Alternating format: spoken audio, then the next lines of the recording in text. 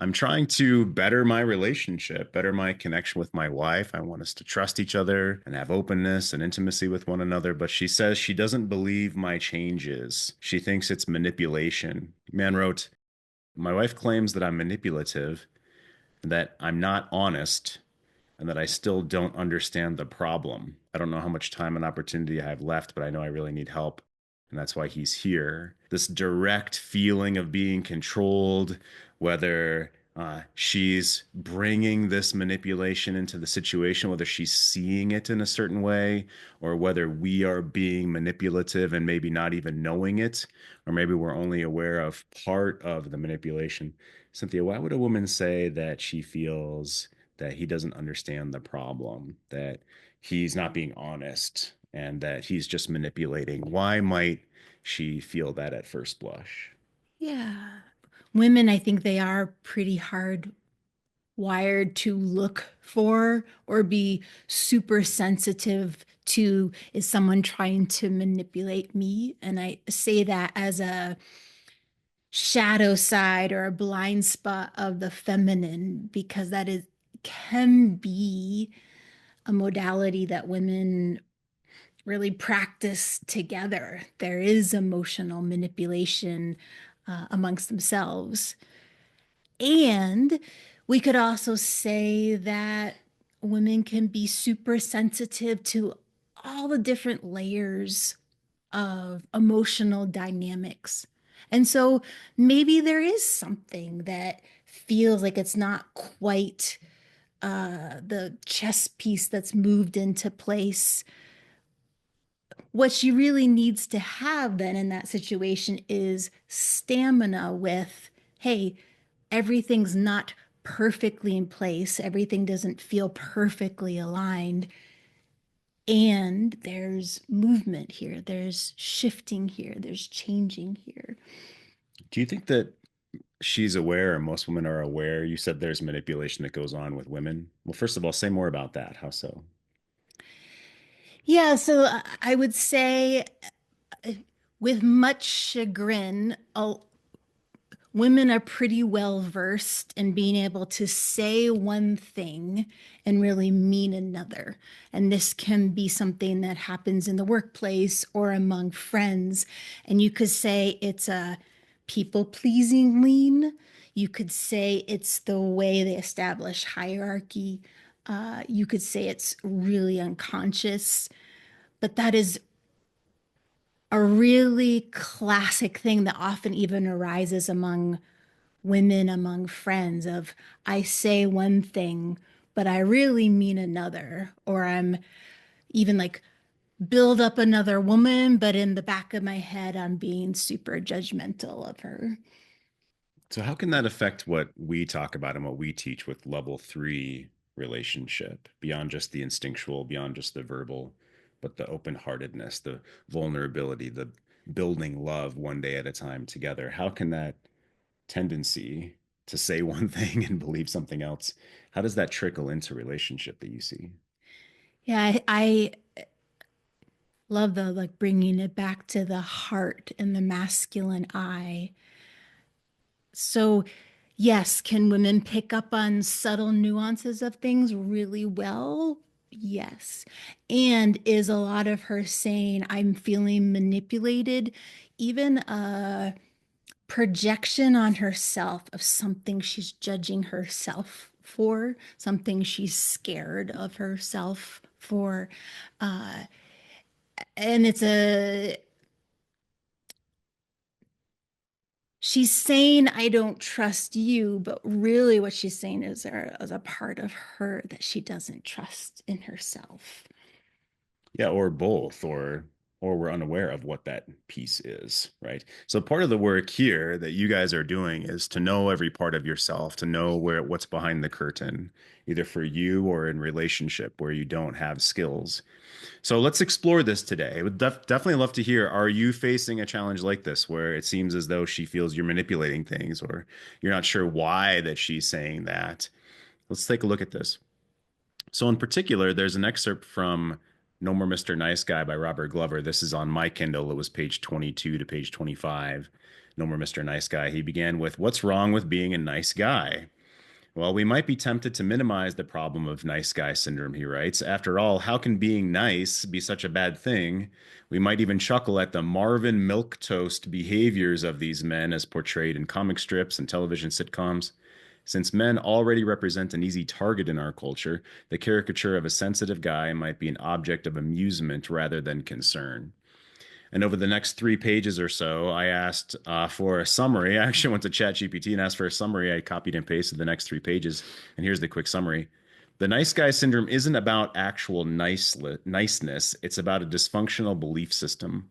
These men believe that being nice will get them love, approval, a smooth life. But this mindset leads to a range of unhealthy behaviors. Despite appearing kind and sensitive, nice guys are often dishonest, manipulative, controlling, and passive aggressive. They hide mistakes, avoid conflict. So here's how manipulation comes into play: they hide mistakes, they avoid conflict, they suppress emotions, and give with the expectation of getting something in return. How else are they manipulative? They tend to be secretive and compartmentalize their lives to avoid shame or disapproval, struggle with boundaries, and often feel like helpless victims, become resentful, harbor repressed rage, and sometimes express it through addictive or sexual compulsive behaviors. They are drawn to fixer-upper patterns in relationship, which sets them up for relationship dissatisfaction, and they underachieve potentially despite having talent due to fear, avoidance, and emotional repression. Ultimately, the nice guy isn't truly nice. He's often driven by fear, insecurity, and a need for approval, which leads to emotional dishonesty and strained relationships. And wow, okay, Jeff, that's a hell of a load there. Maybe you see yourself in one of these ways, in multiple of these ways. And isn't it normal that when we fear the end of a relationship, when she says that she's considering separation, or "I love you, but I'm not in love with you," or all these, "you need to get a life," Uh, isn't it normal to feel at fear and to start to have anxiety about really? Well, yeah, of course, absolutely. Yes, it's normal. And then what do you see? Again, how can a woman think that his wanting to better himself be manipulative? And here's some potential I want to ask you about. Okay, so assuming that any one of those pieces was true, let me share the screen here. There we go. Got to press the right button. Assuming that one or a multiple of these is true, Cynthia, that he's maybe been secretive and compartmentalized himself because he didn't want her to be upset, or yeah, he wants to just keep the family together, so he's trying to do what he thinks that she wants. And so, is this about timing? That if the change is coming after she mentioned separation, or is this a pattern from the past? Does she already feel emotionally checked out? So let's start with number three. If she already feels emotionally checked out, if she's emotionally distanced herself already, an attempt to reel her back in can feel like pressure, especially if she's hurting or hasn't fully processed things. So, what if she's already checked out? What if she's just blaming him and saying he's being manipulative, but she's really already done? hmm. Let's start there and let's talk about this. I'd love for another man to raise his hand or ask questions and come on in today too. So, what if she's already checked out? What if she's just saying this to, put the blame on him? Hmm. Well, I think even going back, like there was a conversation before the call about certainty. Man, isn't there's something like really grounding about things being certain. And for a woman who's, checked out, even though she might be kind of clinging to, I'm angry about this. No, I'm never going back. Enough things were broken. There's a certainty to having that assertion.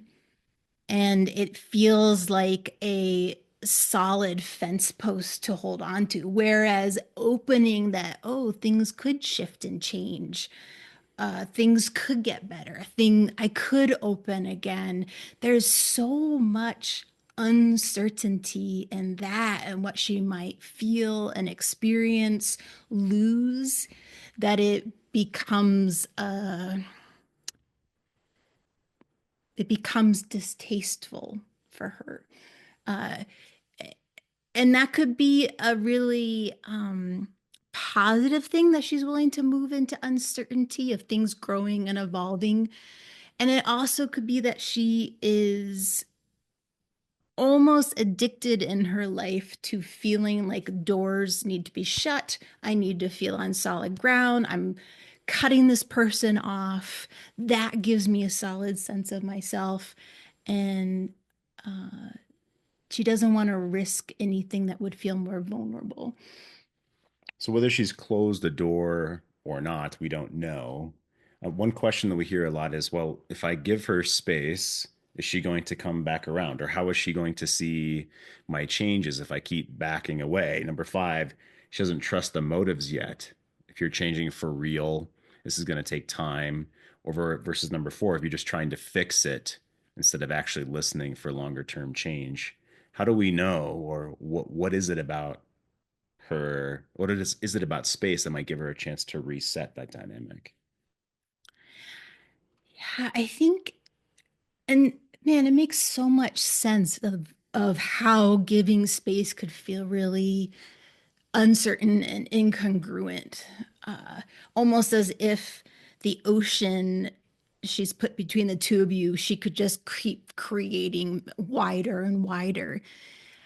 However, this idea of time and the energy of lack of trying to fix, if we're talking about evoking the feminine out of your woman, the feminine needs time to feel herself and feel you.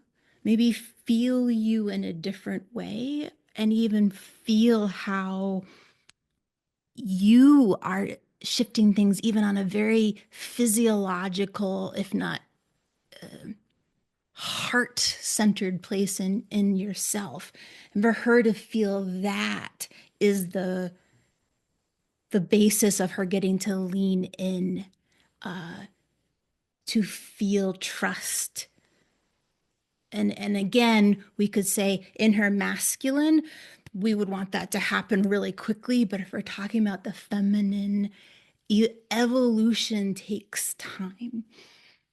Yeah, so say more. Is it about consistency? Is it about her not feeling the bad behaviors of the past? What is it about time? Say more.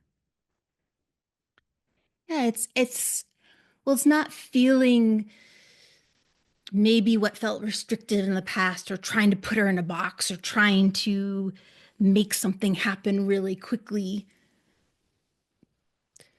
But there's also if we say that the feminine at its heart is receptive and wanting to take you in, even for that, that requires her own personal growth and her own feeling of a taking you in, not only breath by breath, but a little gasp, but like, oh, that felt different. And then the next time, maybe the breath in, oh, that felt different. And then because we're all human, there's going to be moments where she's in her mind, oh, this is just the same. And then again, it's like, oh, that felt different. Sounds like building endurance on both sides. Yeah. Yeah, I do say that receptivity and surrender is a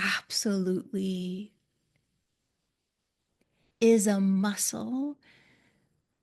And I ache for women who never get the chance to practice that muscle. Uh, and I also admire the courage that it takes to do that, as much as I honor the courage it takes to keep being in the masculine, keep being in that present moment with someone with the feminine who wants to shut the door, wants to shut the door. Yeah, that's well put. Let's talk about this. If you guys in the chat, quote, I don't like the way you're acting and talking. It's as if you listen to a podcast to how to talk to a girl. It just doesn't feel authentic. Yeah.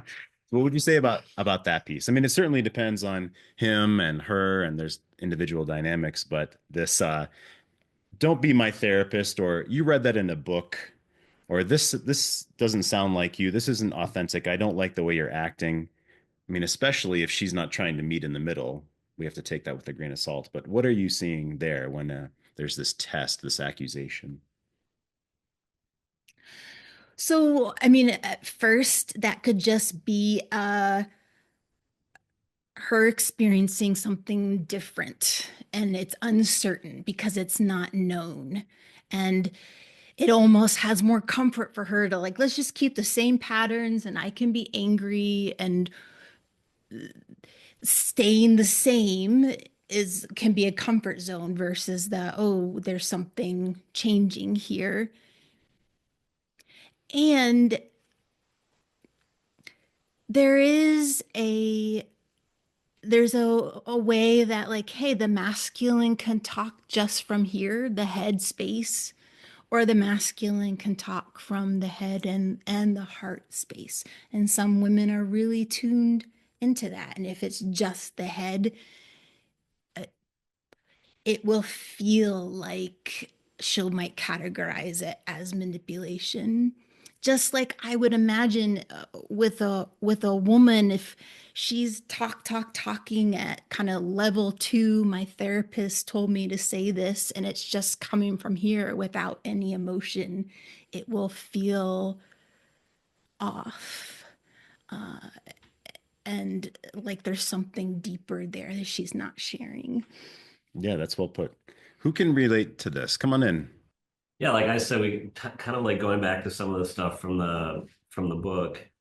Um, I feel like the way that I act now is different from when I was like trying to save my marriage. Like it's a lot less wishy-washy, and I think it's more like foundational of like, yeah, this is the direction we're going versus like, well, what do you think? Do you want to do it that way? And so I can, like I'm starting to see like, okay, like the women in my life at least are sort of like reacting to the solid direction and sort of like I don't know, manly foundation versus the wishy-washiness, which leads to like, no not, no backbone kind of thing. Well, you don't know what you're doing. Like how are we supposed to know what we're doing if you don't know what you're doing? And so like that's worked for me both, most recently with, my ex-wife too. Like, hey, well, what are we doing? It's like, this is what we're doing. Okay, got it. And then also with my girlfriend, I mean, like, I think I mentioned last time, it's kind of like, okay, this is what I can give you right now. And if you're satisfied with that, great. If you're not, that's great too. Hmm. And Yeah, so I think that sort of masculinity is something I didn't recognize before as much as, and like in motion, I recognize it now. Hmm. sure. So let me ask Cynthia about that. How much of that is true, meaning that a woman really enjoys that, and how much of that is, I don't know, toxic patriarchy that she's just accepting, and then I don't know, how much of that is real, would you say? I think it depends on if a woman is in her masculine and she really identifies with that energy inside herself, the idea of having someone else with the riverbanks will feel like a threat to that identity versus that feminine so enjoys the taking the burden off the shoulders of the having the perfect structure and getting to feel the riverbanks around her and you know she's not always static. There's moments that go like this and maybe at work she's really creating her own structure. And when she comes home, it's, and on the weekend, man, it's just such a relief.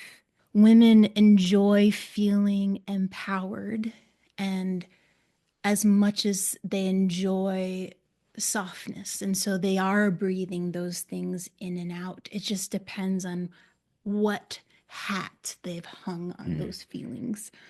Yeah, so a woman who wants to be individualized and control may not want a man to do any of those things, but a woman who's open and practicing the muscle of surrender does want that, does enjoy that. Why?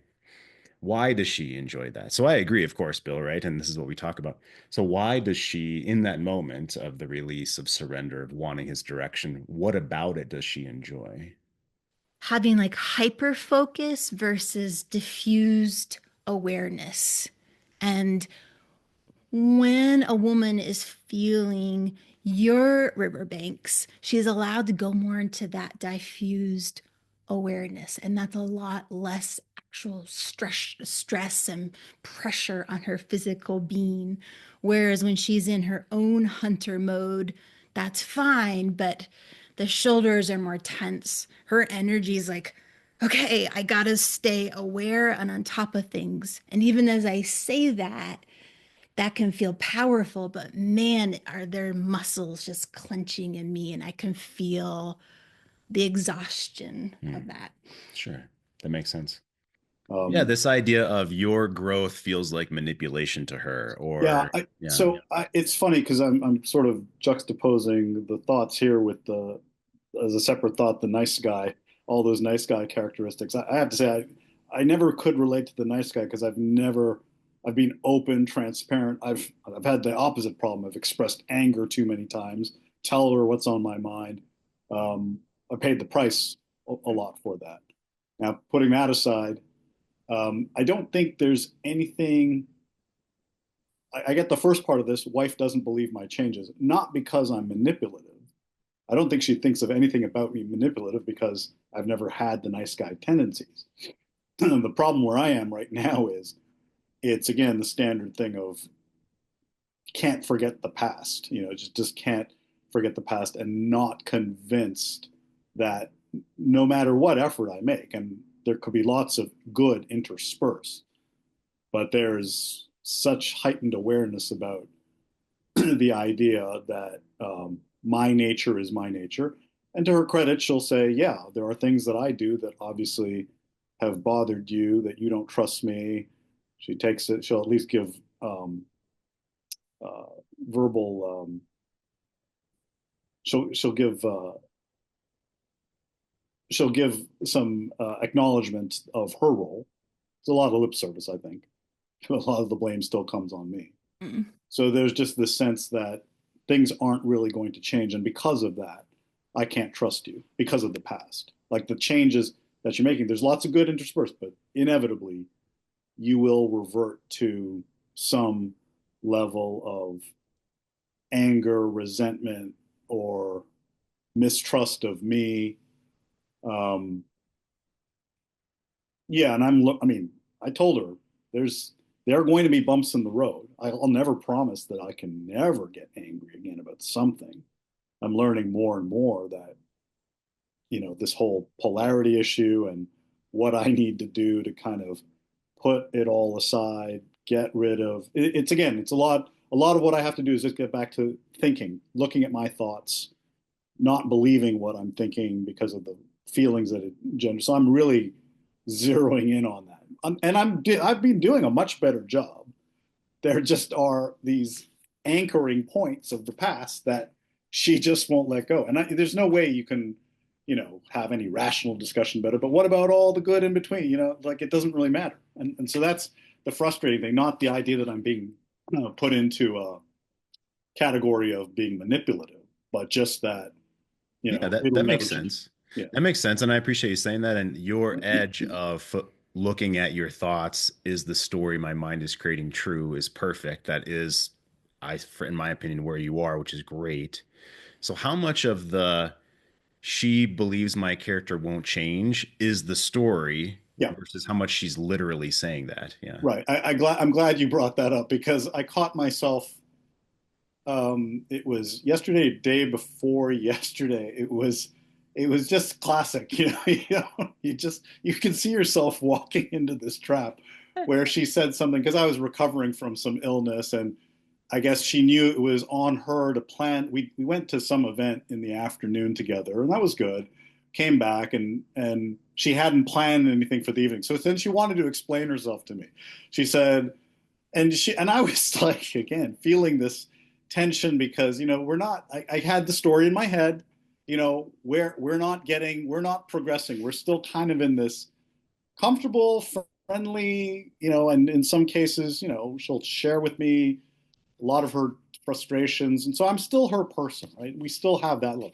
but I've got that story in my head. We're not progressing intimacy wise. We're not getting to where I want to be. So she said, I'm sorry I didn't plan something for the afternoon, but I figured it was acknowledged that you weren't feeling well, so we weren't going to do anything. And then I opened my mouth and I didn't get frustrated. I said, no, it's not really that. It's just that your caution around me, we're just not like, I don't know. And of course, that opened up a whole conversation with her to tell me this stuff about you're never going to change. And I didn't escalate it. I just like was quietly frustrated with it, processing it.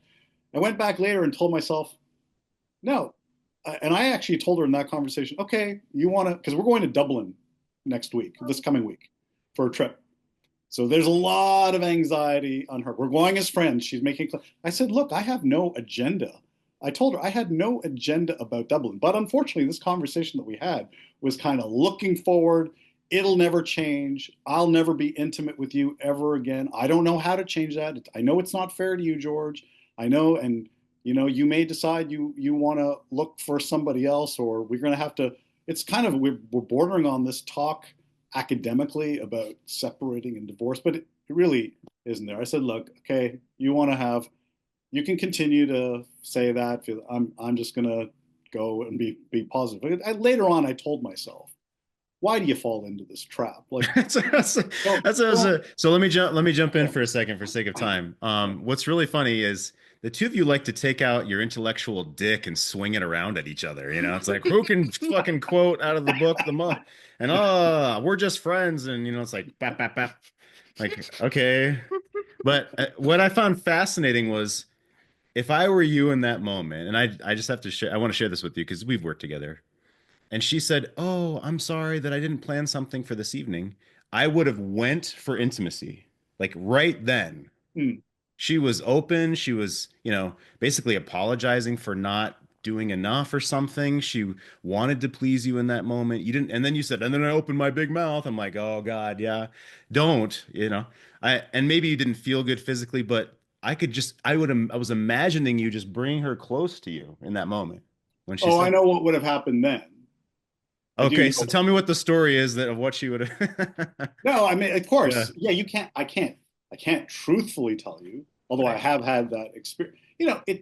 Look, it's not like it was a that big a deal. We're back, and like yesterday, last night at my son's lacrosse game, it's cold.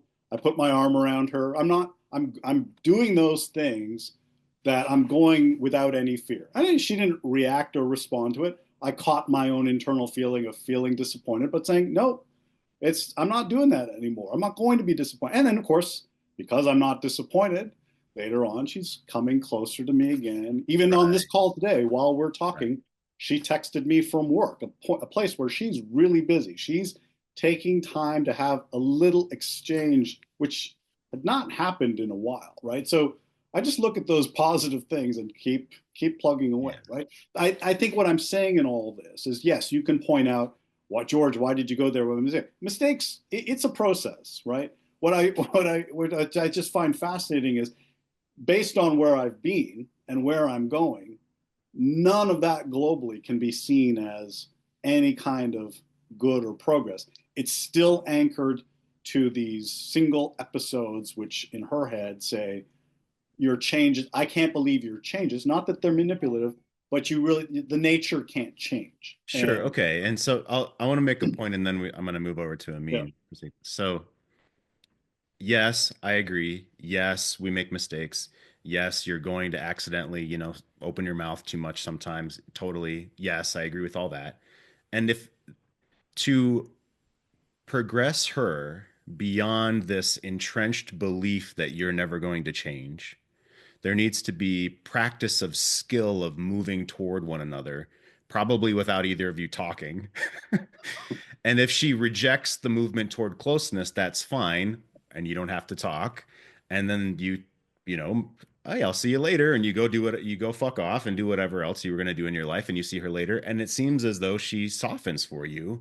The path is for you to continue to consult the story, yes, like you said, and to not make the mistake of trying to intellectualize. And when she attempts to do that, you sidestep it like judo and you invite her to move a tiny bit closer to you.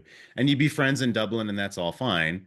But the intellectualizing only backtracks both of you.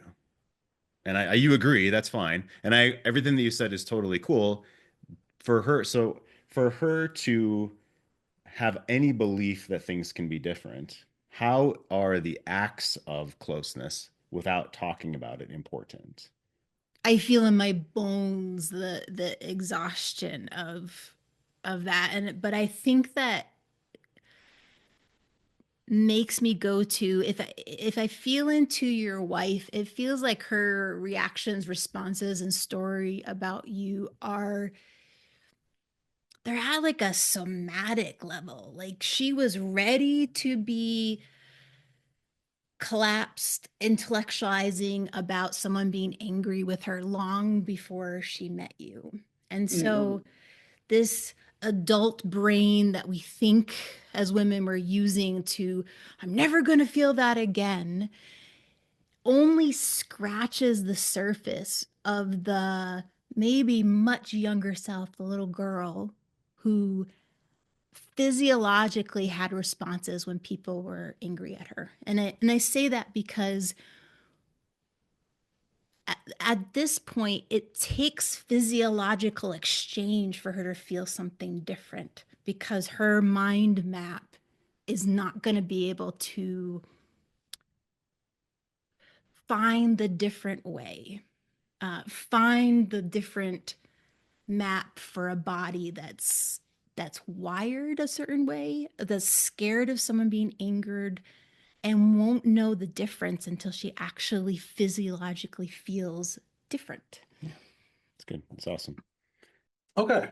So I guess I'll speak on my own experience. So I kind of definitely went through this too in terms of like my now ex-wife kind of, what I interpreted as like having doubts in the, whether this was like a manipulation tool, my changes. She never actually spelled it out. The most I got was um, you've changed so much so quickly, it's scary. That was one part. But I did initially in my in my kind of progression through the divorce phase, initially, I was definitely seeking, an outcome. Like, oh, well, if she sees that I'm doing this, maybe it'll let her open up and all of this stuff.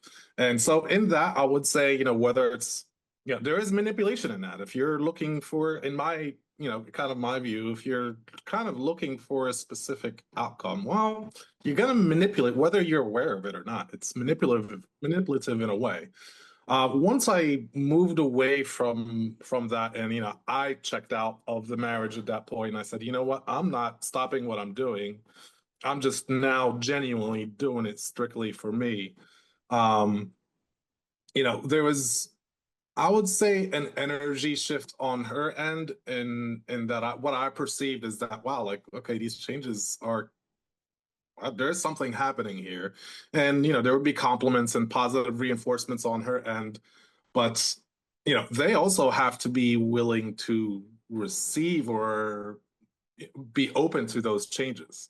um if the other party, if the wife or ex-wife or girlfriend or whatever says, well, you know what, whether they change or not, this is actually now inconvenient for me, you change now, like I already made my decision. So there's also kind of a lashing out of like, that I experienced as well. It's like, well, what are you, guru Amin, and where was this 2 years ago, and all of that, where it's maybe inconvenient for a decision that they already made. Like, I'm not willing to go back. It's too late because I checked out a year ago.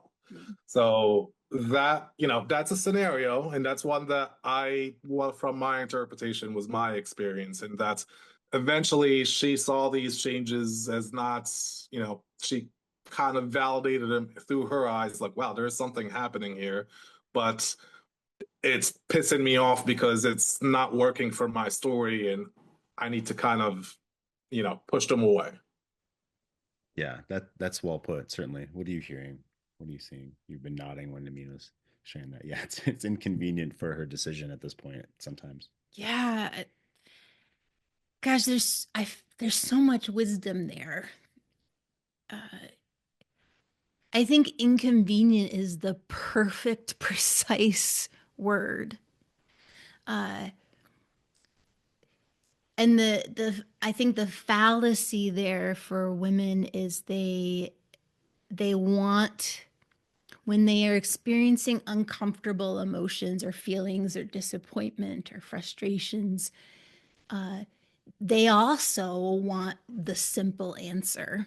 Oh, if I just put a wall up against this person, I won't have to feel disappointment, anger at myself, judgment. And so I think your kingly eye and saying, oh, this is inconvenient for her is perfect. And it's also not her static, always her static state. It's a comfort zone for her. And maybe she's a woman who will always choose the comfort zone. And that makes me sad for her. Or maybe she's a woman who's also willing to have a little bit of discomfort and feel the growth in that. And that's what I appreciate about this work, and the men like you who do this work, is that you are knowing, hey, this is an uncomfortable place for my woman to grow through and to feel uncomfortable things. And yet I'm going to witness it, understand it, hold boundaries with it, and invite this birthing out of what could be new and better. And you're doing it for you and for her, whoever that woman may be, and whether she accepts it now or it sends shockwaves into her future or it's an example of masculinity in the world. I know these are all reasons of why you're doing this work and I do this work. Yeah. Thanks, Amin. Really good stuff. Let's take a step forward. We'll leave you with a few things. By the way, if you hadn't hit subscribe, hit subscribe. If you like this stuff, hit thumbs up, right? If you're watching this on YouTube. And if you want to check out our stuff, greatmenmovemountains.com. You have free stuff. You can be a part of these calls. We've got our 45-minute audiobook, and we have a paid Turn Your Marriage Around training course as well. So check out our stuff, greatmenmovemountains.com. Yeah, if you have a specific question about this, which I know there's a lot of nuance, please go to our comments below, ask it there. Also, go to our video details. We have an online digital course. It's all about turning your marriage around. And so bringing patience and compassion to the moment for both of you is key, right? I have a client right now who says, I hate being triggered into anger and I don't want that. Regardless of where this goes, I want to be in control of my own self. I want to feel calm and peaceful in this moment. And that's the beginnings, certainly. Number two, what can you control? Focus on those things to begin, right? That's why you're here. And ultimately inviting her into small steps of connection and then see what happens. And when you see what happens, try not to fix it. Bring it here. Tell us about it. Bring it to the forum. Email me about it. What happens? So, Cynthia, with this in mind, what would you leave the men with today? What did you see from them today? What else would you say to close us out? Yeah, well, I think, even at this beginning of this call, I always feel a sense of chagrin when it's like, oh, okay, here's the shadow of the feminine, and how easy she can herself flip into lack of compassion, how quickly she can move into ways of judging, thinking she's being manipulated, or distrust. And I see the evolution out of that shadowy side when a woman really experiences what is true sacred masculinity. The way I experience you, and the honor and the stoic, strong heart you can wrap around all things as they are, is the most humbling experience. And I don't think a lot of women even know how to be that until they experience it in someone like you. And so I guess even touching on whether it's this current moment, she can feel this, whether it's long term, whether it's something that she then has to kind of take your gift and then grow elsewhere. please know what a gift it is and what a power it is that you have and what an energy you hold that can't be duplicated anywhere else other than that kind of masculinity that you hold and that you are. Thanks, Cynthia. Good to see you guys. See you next time. Appreciate you being here. Thanks, Cynthia. Thanks. Bye, guys. Ciao.